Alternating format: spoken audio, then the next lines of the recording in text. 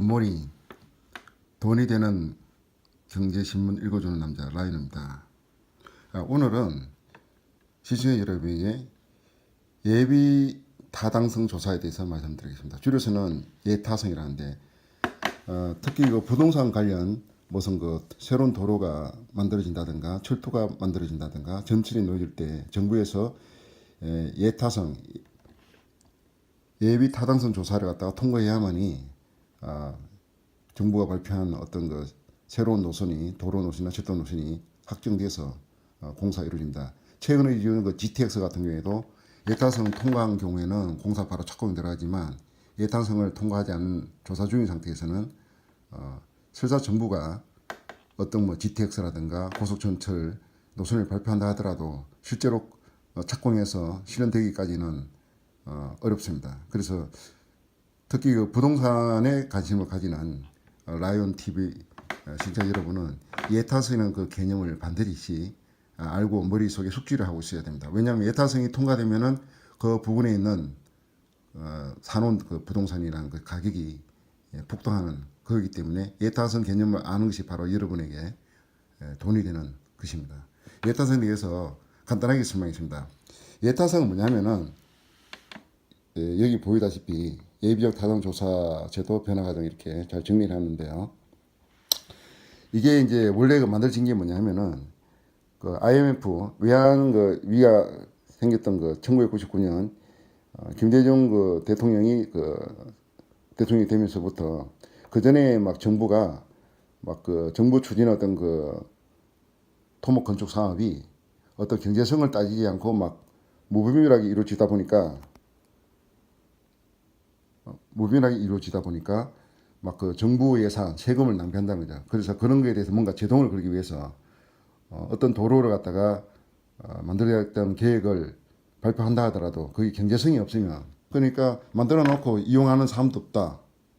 뭐 예를 들어 도로를 건설하는데 뭐 1조 원의 돈이 뭐 정부 세금이 투자됐는데 그 도로 위에 다니는 차가 하나도 없다. 이러면은 그 도로는 정말 그 정부 예산, 국민의 세금을 까먹는 거죠. 이런 것을 제동을 위해서 김대중 정부 때 이게 만들어졌는데, 문제는 이제 거기에서 이제 경제성 개념을 추가한 거죠. 즉 비용 투자에서 효용 그리고 실제 그 뭐 경제성이 있으면은 그 도로를 추진하는 그래서 경제성 개념을 추진한 거죠. 그때 이제 그걸 갖다 실제로 평가하는 기관은 KDI였는데 문제는 경제성에 너무 초점을 맞추다 보니까 어떤 그 정부가 도로라든가 새로운 어떤 그 철도를 만들겠다 하더라도 KDI에서 경제성이 없다 이렇게 판단 내리면 추진을 못하는 거죠. 그래서 KDI가 실제로 정부가 추진하는 각종 그 사회 간접 자본, 도로, 철도 건설에서 제동을 걸자 여기에 대해서 이제 정부가 새로운 개념으로서 정책성의 개념을 끌어든 겁니다. 정책성, 지역 균형 발전 개념을 끌어든 거죠. 설사 어떤 그 도로를 만드는데 경제성이 좀 없다 하더라도 지역 균형 발전 차원에서 어떤 지역을 발전시키기 위해서 전철이라든가 도로를 건설한다는 그런 다른 개념을 끌어들이면서 좀 더 어떤 그 정부의 어떤 그 도로나 SOC 사회 간접 자본에 대한 것을 좀 더 적극적으로 추진하게 된 거죠. 근데 이번에 정부에서는 KDI뿐만 아니라 조세재정연구원이라는 기관을 더 추가하게 됐습니다. 이 이유는 뭐냐면 KDI가 자꾸 경제성 개념을 갖고 물고 늘어지니까 정부의 어떤 그 추진 사업에 자꾸 딴지를 거니까 다른 어떤 그 기관을 혼합시켜 가지고 KDI의 영향력을 갖다가 좀 줄어들이겠다는 거죠.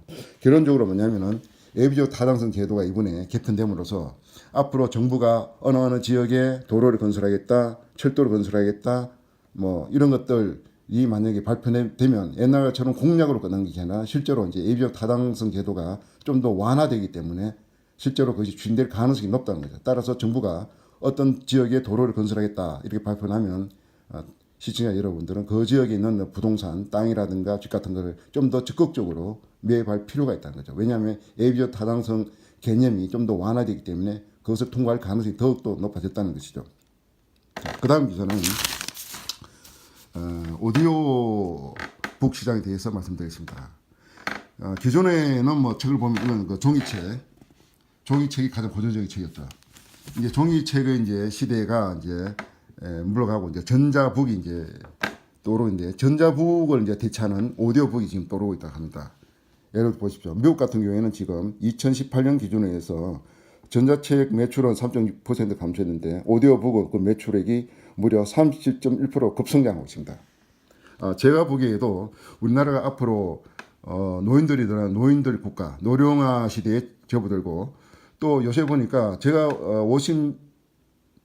58살 6년 범띠인데 불구하고 저 같은 경우에는 뭐 신의 축복인지 조상의 축복인지 아직도 돋보기 끼지 않고 이렇게 내용도 읽어주고 책도 부지런히 보는데 최근에 보니까 심지어 40대 초반인 경우에도 돋보기를 쓰고 이렇게 노안이 돼가지고 책을 보는 사람들이 늘어나고 있더라고요. 따라서 종이책이나 전자북은 이제 보는데 한계가 있다는 거죠. 이는 이제 책을 읽고 싶은데 자기 눈 때문에 책을 못 읽는 사람들을 위해 가지고 소리를 들어주는 오디오북 시장이 이제 그 틈새 시장을 뚫고 급성장하고 있다는 거죠. 제가 보기에는 이 오디오북은 이제 종이책, 전자북을 뭐 대체내기 또는 보완하는 그런 시장으로 급성장할 것으로 기대됩니다.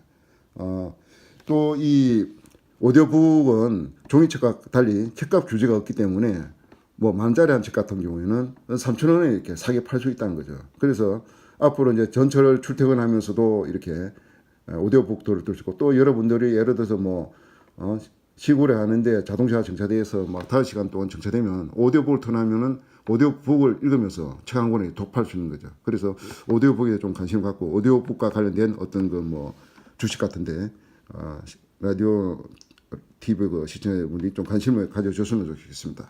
자, 새로운 시장으로서 오디오북이 떠오르고 있고 또 예비적 타당성 이것이 좀 더 옛날보다는 완화돼서 통과할 가능성이 높기 때문에 그 예비적 타당성과 관련된 부동산에 대해서 여러분들이 좀 더 관심을 가지면 라인과 더불어 시청자 여러분은 부자가 될 수 있을 거로 보입니다.